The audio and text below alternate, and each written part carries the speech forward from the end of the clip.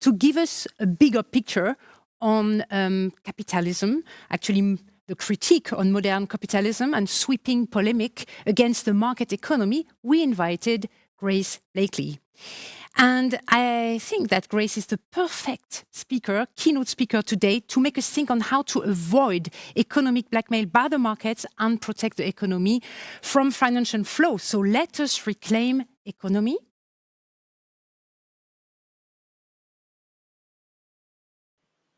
Hi, everyone, and thank you for that incredible introduction. It's a real delight to be here and to be talking to you today about rebuilding the economy. And in doing so, I'm going to be drawing on a lot of the ideas in my new book, The Corona Crash, How the Pandemic Will Change Capitalism, which you can get online from all good bookstores. It's published by Verso in the UK. So the post-pandemic world is going to be starkly more unequal than the world of just 2 years ago, which was already beset by a huge number of socioeconomic challenges in the wake of the financial crisis of 2008.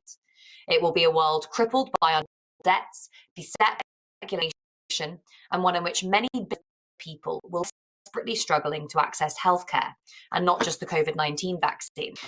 Most of all, it will be a world hurtled toward breakdown. This may sound pessimistic, but the one message I want the audience to walk away with today is that it doesn't have to be this way. All over the world, the recovery from the 2008 financial crisis was characterized by stagnation of wages, productivity, and investment. In fact, the economic slowdown that has been so evident since 2008 predated the financial crisis, but it was concealed by the huge returns generated in finance, real estate, and professional services. Larry Summers, an economist and former US Treasury official, has termed this trend secular stagnation. Over the last 40 years, nearly every wealthy economy has seen the share of national income taken by workers fall substantially. Wealth and income inequality has risen as the labour share has fallen. Globalization and financialization still allowed for high growth rates before 2008, but after the crash, globalization went into retreat and the finance sector collapsed. After this point, global growth was buoyed only by incredibly cheap credit and public investment undertaken by developmental states in the global south and extraordinary policy interventions in the global north.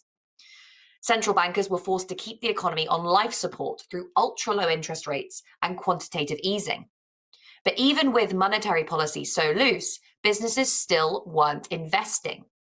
Indeed, the main effect of low interest rates was to inflate a debt bubble 3 times the size of world GDP. Many economists were predicting that a recession would hit the US, the UK, and the Eurozone by 2022. We were still living in the shadow of the last crisis and the response to it when the pandemic hit, and the world economy could scarcely have been worse prepared. As we just saw in the trailer for that brilliant documentary, the growth of precarious work and self-employment, false self-employment often, left many workers vulnerable to under or unemployment before the introduction of furlough schemes around the world in response to the pandemic. High levels of household debt and low levels of savings, particularly among poorer families, meant that balance sheets were very fragile. Many of the millions of workers who suffered a loss of income when lockdown was introduced found themselves on the brink of homelessness and bankruptcy.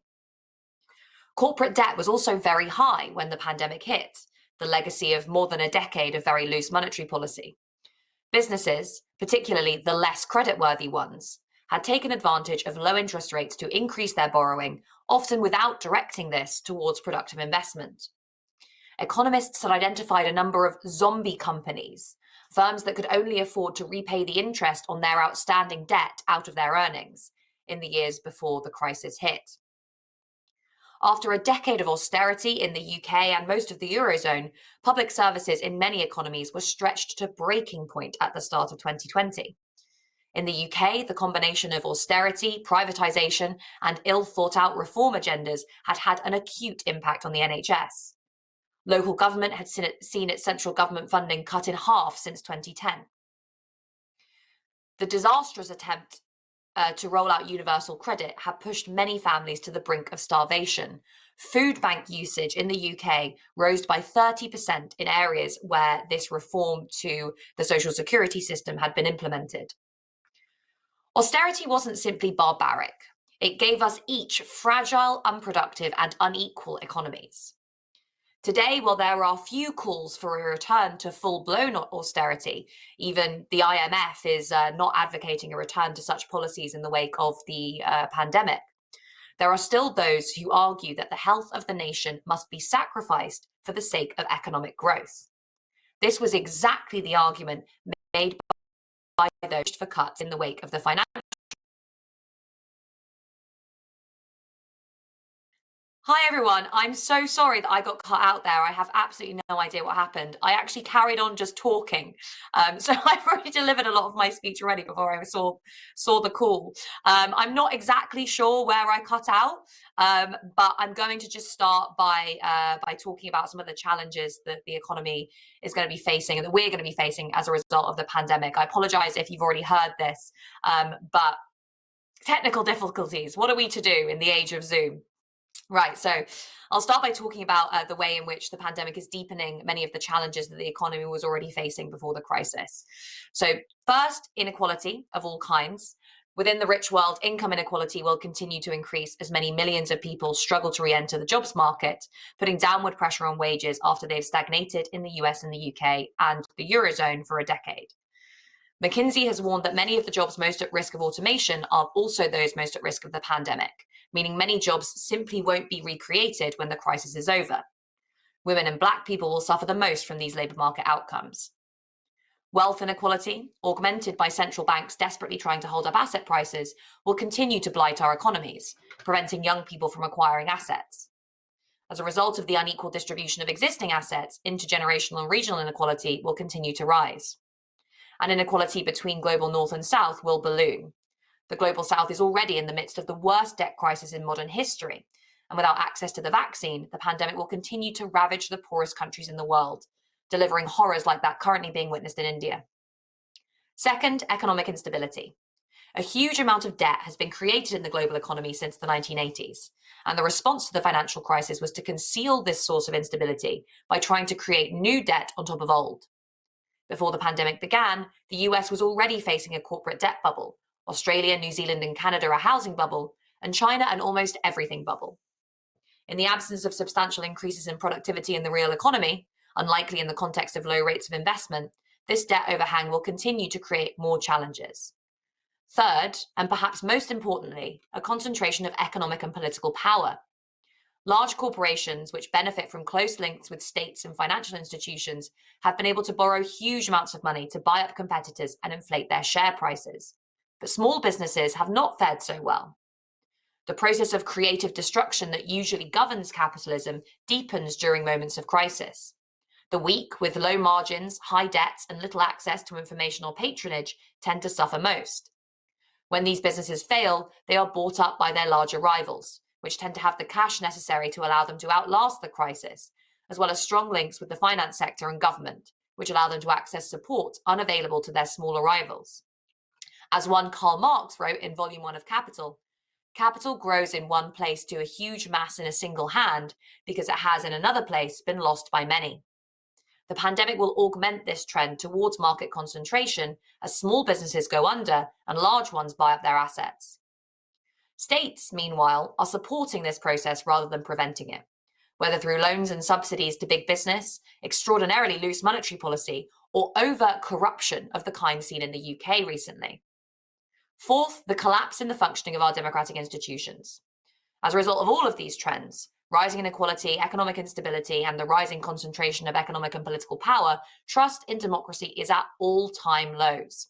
People realize that those in power don't represent them, and all attempts to democratize our political and economic institutions have collapsed, with no thanks to a media extraordinarily hostile to any political project that seeks to challenge the status quo. Fifth, the collapse of our natural environment. Climate breakdown is already with us, and it comes along with the degradation of all of our natural systems, from the water cycle to the nitrogen cycle to the food chain. Again, the global south will be dealing with these challenges far before the global north, and it will be easy for eco-fascists in the rich world to take advantage of the migration that results to impose reactionary politics. In the midst of a crisis as significant as this one, it is often said that everyone is a socialist.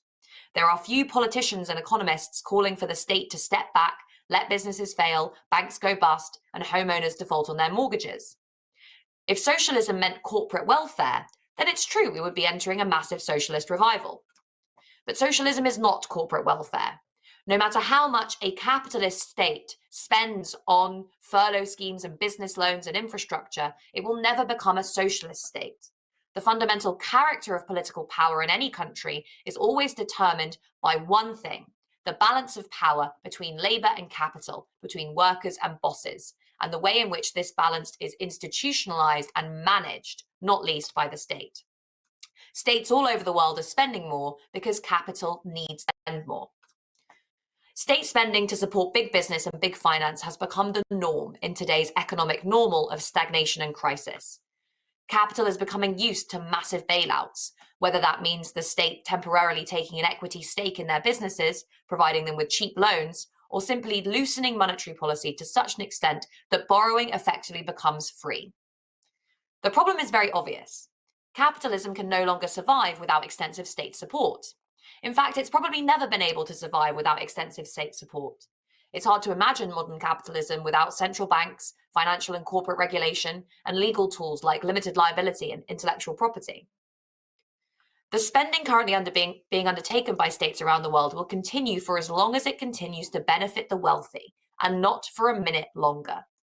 While it is unlikely that we will see a return to full-blown austerity in the wake of this pandemic, at least partly because there isn't much left to cut, the chorus of calls for fiscal retrenchment will return. The ideology of austerity is meant to convince us that periods of largesse and spending must be balanced by periods of retrenchment and cuts.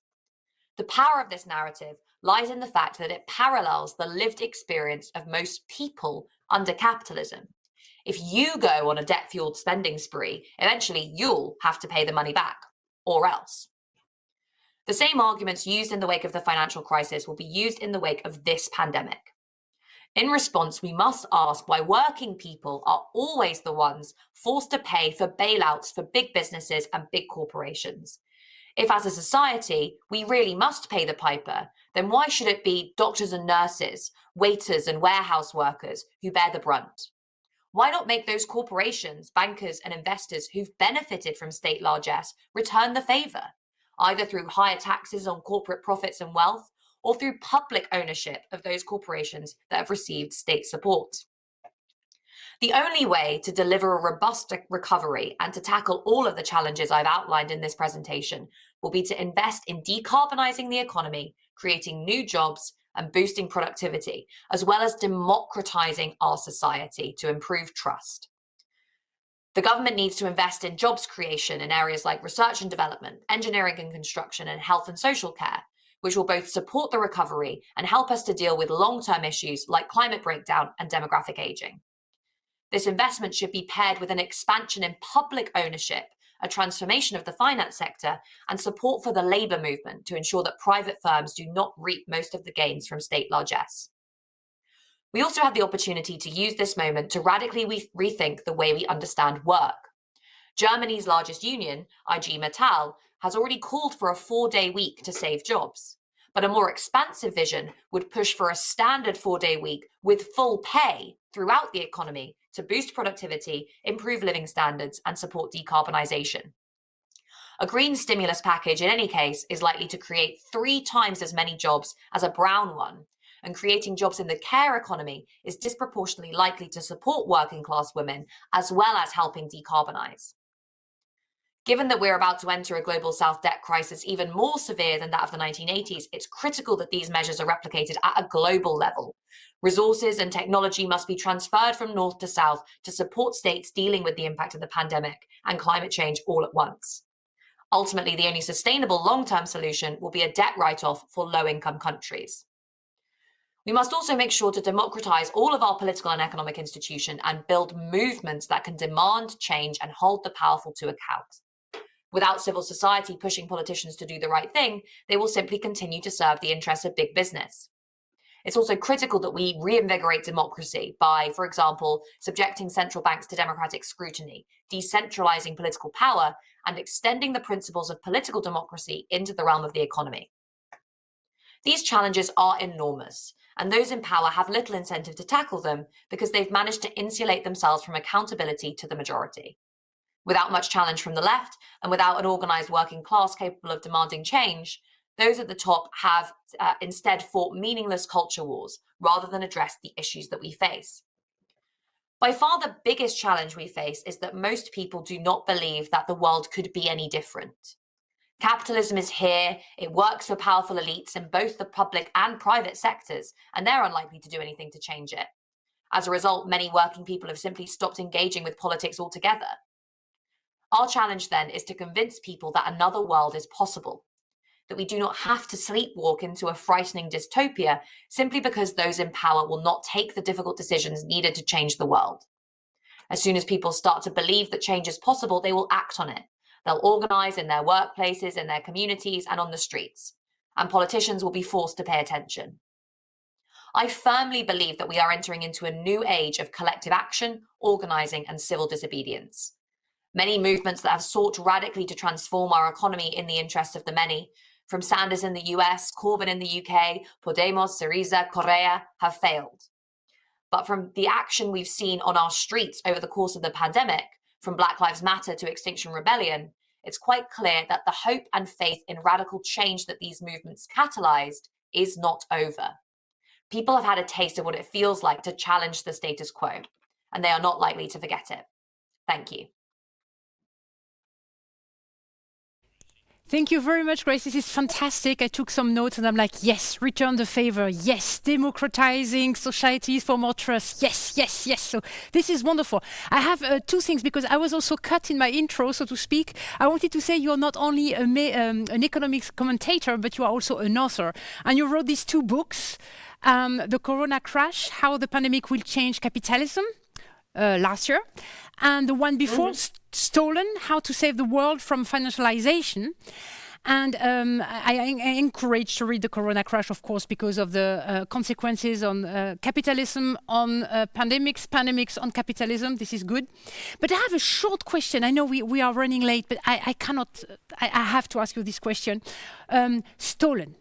You said Stolen is a history of island-led growth and a guide as to how we might escape it, which is great in the spirit of this conference, or to change stuff. So that's great. What happens next to us, you said, this is the attitude we need to have the opportunity to change course. But you said in an interview at Verso Books in Brooklyn, BC, before Corona, you said that people were not keen on revolutionizing a system in times of crisis. So I wanted to ask you this question because it burns my tongue, as we say in French. If we consider the pandemic being a crisis for itself, will we revolutionize something from now on, or will it happen? Is it delayed?